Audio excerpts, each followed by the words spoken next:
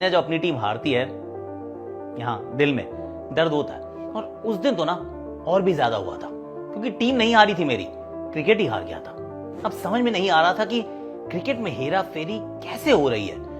Team के अंदर की जानकारी आखिर लीक कौन कर रहा है, पैसों के लिए क्रिकेटर मैच में गड़बड़ी कर क्यों रहे हैं। आज वही हार्ट ब्रोकन स्टोरी मैं आपको सुनाने जा रहा हूं, जिससे आप जैसे करोड़ों फैंस का भरोसा भी टूटा था। उस दिन पहली बार भारत में मैच फिक्सिंग शब्द लोगों ने सुना। वैसे वर्ल्ड क्रिकेट में अर्ली 90s में मैच फिक्सिंग सामने आ गई थी, पर इंडिया में सन 2000 में ऑफिशियली उसके ऊपर से पर्दा उठा।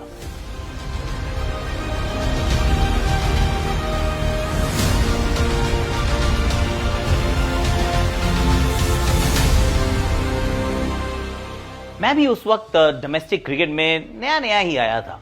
भाई, सड़क से संसद तक मैच फिक्सिंग का शोर हर जगह था। अखबारों के पेज मैच फिक्सिंग की हेडलाइन से भरे हुए थे, और इस हल्ले गुल्ले में के बीच मैंने वर्ल्ड चैंपियन कैप्टन कपिल पाजी को टीवी पर रोते हुए भी देखा।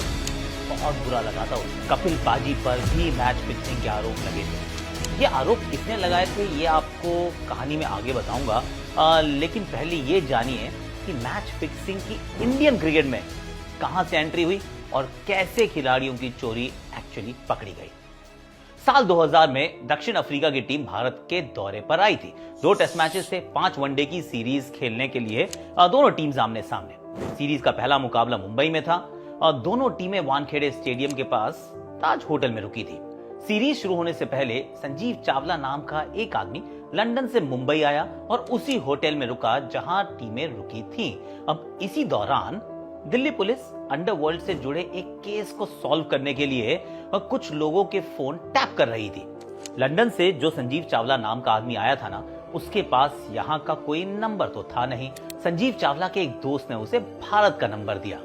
अंडरवर्ल्ड वाले केस के चक्कर में पुलिस इस फोन नंबर को भी टैप कर रही थी। संजीव चावला सारा दिन फोन पर क्रिकेट से जुड़ी हुई बातें करता था और कॉल रिकॉर्डिंग सुन रहे पुलिस वालों को समझ में नहीं आ रहा था कि फोन पर सारा दिन क्रिकेट की बातें क्यों चलती रहती हैं। पर एक दिन रिकॉर्डिंग में पुलिस को एक ऐसे आदमी की आवाज सुनाई दी जो अंग्रेजों की तरह इंग्लिश बोल रहा था। कुछ दिन बाद एक पुलिस अधिकारी घर पर बैठकर टीवी पर मैच देख रहे थे। उस समय कमेंटेटर और हैंजी क्रोनिये के बीच बात चल रही थी। आवाज सुनकर पुलिस अधिकारी का दिमाग घूम गया, क्योंकि फोन रिकॉर्डिंग में जो आवाज वो दिन रात सुनते थे, ये वही तो आवाज थी। ये आवाज हैंजी क्रोनिये की थी। इस बात का जिक्र सीबीआई की रिपोर्ट में भी है। पुलिस को शक हुआ कि भारत में भी मैच फिक्स हो रहे हैं। पुलिस ने और रिकॉर्डिंग सुनने का फैसला किया और फिर एक दिन पुलिस को कामयाबी मिली भी। संजीव चावला ने फोन पर बोला, हेलो हैंसी। फिर दोनों के बीच मैच फिक्स करने की डील भी हुई। हैंसी ने संजीव चावला से वायदा किया कि दक्षिण अफ्रीका के 3 बल्लेबाज 20 से ज्यादा रन नहीं बनाएंगे। मैच में ऐसा ही हुआ, लेकिन दक्षिण अफ्रीका की टीम मैच जीत गई थी। पुलिस की फोन रिकॉर्डिंग की ये सारी डिटेल सीबीआई की रिपोर्ट में शामिल है। तो ऐसे अंडरवर्ल्ड के केस को सुलझाने की कोशिश कर रही पुलिस के हाथ मैच फिक्सिंग के सबूत भी लग गए। पुलिस ने जांच एजेंसियों को बाद में ये बताया कि जो बात मैच से पहले हैंजी क्रोनी और फिक्सरों के बीच में होती थी, मैच में वैसा ही होता था। दिल्ली पुलिस के हाथ सबूत तो लग गए थे, लेकिन केस फाइल करने के लिए उन्हें बीच सीरीज में दक्षिण अफ्रीका के खिलाड़ियों को गिरफ्तार करना पड़ता, इसलिए सीरीज खत्म होने का इंतजार किया। इसी दौरान fixer king Sanjeev Chawla police को गच्चा देकर लंदन वापस भाग गया। सीरीज खत्म होते ही पुलिस ने केस फाइल किया। उन्होंने खुलासा किया कि उनके पास हैंजी क्रोनिये और मैच फिक्सर संजय चावला की बातचीत का टेप है। क्रोनिये के अलावा दिल्ली पुलिस ने हर्शल गिब्स, निकी बॉय और पीटर स्ट्रेडम पर भी फिक्सिंग में शामिल होने की बात कही। मैंने आपको बताया था ना कि हैंसी ने 3 खिलाड़ियों के जल्दी आउट होने का भरोसा फिक्सर संजीव चावला को दिया था। वो 3 खिलाड़ी यही थे। मैच फिक्सिंग में टीम के कप्तान समेत बड़े खिलाड़ियों का नाम दुनिया के सामने आने से दक्षिण अफ्रीका में हड़कंप मच गया। पर दक्षिण अफ्रीकी क्रिकेट बोर्ड के सामने हैंजी क्रोनिये ने सारे आरोपों को झूठा बता दिया। इसके बाद दक्षिण अफ्रीका सरकार ने जांच के आदेश दिए। जांच में सारे सबूत हैंसी के खिलाफ निकले। तब जाकर हैंसी ने कैमरे पर माना कि उन्होंने चीटिंग की थी। रोते हुए हैंजी क्रोनिये ने मैच फिक्सिंग की बात कबूल की और ऐसे दक्षिण अफ्रीका का एम्बेसडर दुनिया के सामने फिक्सर के नाम से मशहूर हो गया। साल 2000 में ही भारत दौरे से ठीक पहले हैंजी क्रोनिये पर इंग्लैंड के खिलाफ टेस्ट मैच के दौरान भी फिक्सिंग के आरोप लगे थे। जब सेंचुरियन टेस्ट के 3 दिन बारिश में धुलने के बाद पारी को 4 फीट करके हैंसी क्रोनिये ने इंग्लैंड को आखिरी दिन 249 रन का लक्ष्य दिया था। इंग्लैंड यह मैच 2 विकेट से जीत गया। हैंसी के फैसले से सब हैरान थे। इस मैच की भी जांच हुई जिसमें हैंसी दोषी पाए गए। हैंसी पर दक्षिण अफ्रीका ने लाइफ टाइम बैन लगा दिया और इसके 2 साल बाद जून 2002 में एक विमान दुर्घटना में हैंसी क्रोनिये की रहस्यमय तरीके से डेथ हो गई। उस समय हैंसी मात्र 32 साल के थे। अब आप सोच रहे होंगे कि तो भारतीय खिलाड़ियों के नाम मैच फिक्सिंग में कैसे आए? तो हुआ यूं कि जब भारत में दिल्ली पुलिस ने हैंसी के खिलाफ मैच में पैसे लेकर गड़बड़ी करने का केस बनाया था, तब हैंसी ने किंग कमीशन के सामने टीम इंडिया के कप्तान मोहम्मद अजहरुद्दीन पर आरोप लगाया। हैंसी ने बताया कि 1996 में कानपुर टेस्ट मैच के दौरान अजहरुद्दीन ने उन्हें एम के गुप्ता नाम के फिक्सर से मिलवाया था। यानी मैच फिक्सिंग का खेल भारत में भी बहुत पहले शुरू हो चुका था। एम के गुप्ता ने हैंसी को मैच हारने के लिए $30,000 दिए। इसके अलावा हैंसी ने पूछताछ में यह भी बताया कि टॉस और दूसरी कुछ जानकारियों के लिए उन्हें 50,000 भी ऑफर हुए थे। भारतीय कप्तान मोहम्मद अजहरुद्दीन पर आरोप लगे तो सरकार ने सीबीआई जांच के आदेश दे दिए। सीबीआई की इंक्वायरी में एम के गुप्ता ने कप्तान मोहम्मद अजहरुद्दीन का नाम भी लिया। एम के गुप्ता ने बताया कि अजहर को एक फैशन शो करवाने के लिए 1 करोड़ रुपए चाहिए थे। अजहर और एम के गुप्ता के बीच में डील हुई कि टीम इंडिया टाइटन कप हारेगी। मैच में अजहर और अजय जाडेजा जल्दी आउट हो गए, लेकिन सचिन तेंदुलकर ने अकेले मैच जितवा दिया।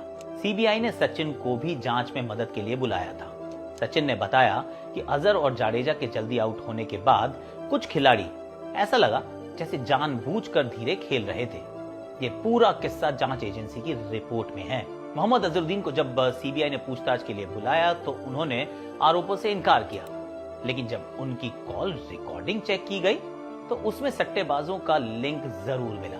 अजय जाडेजा के खिलाफ भी पुलिस ने कॉल रिकॉर्ड से ही केस बनाया था। और सबके मन में एक सवाल होगा कि ये एम के गुप्ता अजहर तक पहुंचे कैसे? ये कहानी भी बड़ी दिलचस्प है। एम के गुप्ता पहले बैंकर थे, वहां से पंटर बने और फिर फिक्सर। एम के गुप्ता बैंक में नौकरी करता था।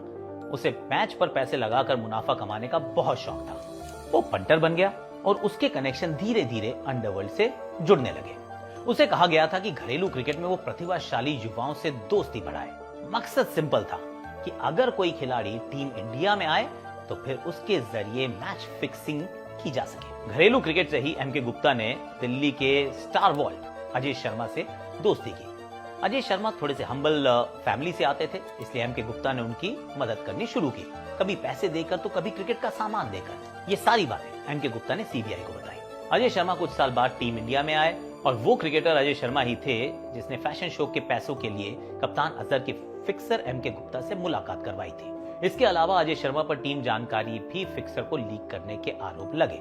सीबीआई की पूछताछ में अजय शर्मा ने बताया कि वो टीम में नया था और उसे टीम के अंदर की सारी प्लानिंग अपने रूममेट मनोज प्रभाकर से मिलती थी। सीबीआई की रिपोर्ट में इसका जिक्र है कि क्रिकेटर मनोज प्रभाकर को मारुति जिप्सी खरीदनी थी। अजय शर्मा ने मनोज की मुलाकात फिक्सर एम के गुप्ता से करवाई।